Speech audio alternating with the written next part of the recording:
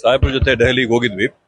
ದೆಹಲಿಯಲ್ಲಿ ಈಗ ಸಾಹೇಬ್ರದ್ದು ಯಾವತ್ತು ಪ್ರಮಾಣ ವಚನ ಸ್ವೀಕಾರ, ಯಾವಾಗ ಗವರ್ನರ್ಗೆ ಹೋಗಿ ಮೀಟ್ ಮಾಡೋದು, ಭೇಟಿ ಆಗತ್ತದೆಲ್ಲ ಚರ್ಚೆಗಳು ಇವತ್ತಾಗಿತ್ತು. ಅದಕ್ಕೆ ಸಾಹೇಬ್ರ ಜೊತೆಗೆ ದೆಹಲಿಗೆ ಹೋಗಿ ದೆಹಲಿಯಿಂದ ಇವತ್ತು ಅವರು ವಾಪಸ್ ಬಂದರೆ ನಾಳೆ ಶಾಸಕಾಂಗ ಸಭೆನ ಕೂಡ ಕರೆಯಲಾಗಿದೆ 4 ಗಂಟೆಗೆ.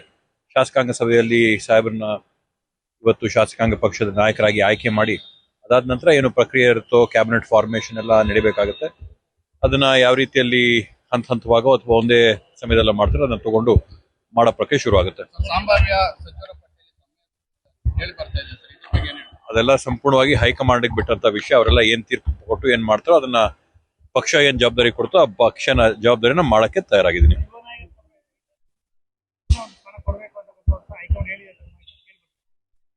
ಸಹಜವಾಗಿ ಈ ಬಾರಿ ಒಂದು ನೂತನವಾದಂತ ರೂಪನ ಕೊಡಬೇಕು ಸಚಿವ ಸಂಪುಟಕ್ಕೆ ಅನ್ನೋ ಒಂದು ಹಿನ್ನೆಲೆಯಲ್ಲಿ ಯುವಕರಿಗೆ ವಿಶೇಷವಾಗಿ ಅವಕಾಶ ಕೊಡಬೇಕು ಅಂತಿದೆ.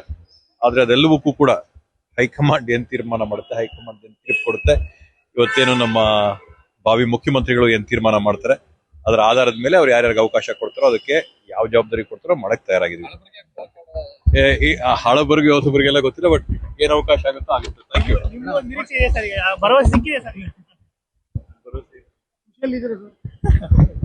ಕಾಣಿಸ್ತಾ ಇಲ್ಲ.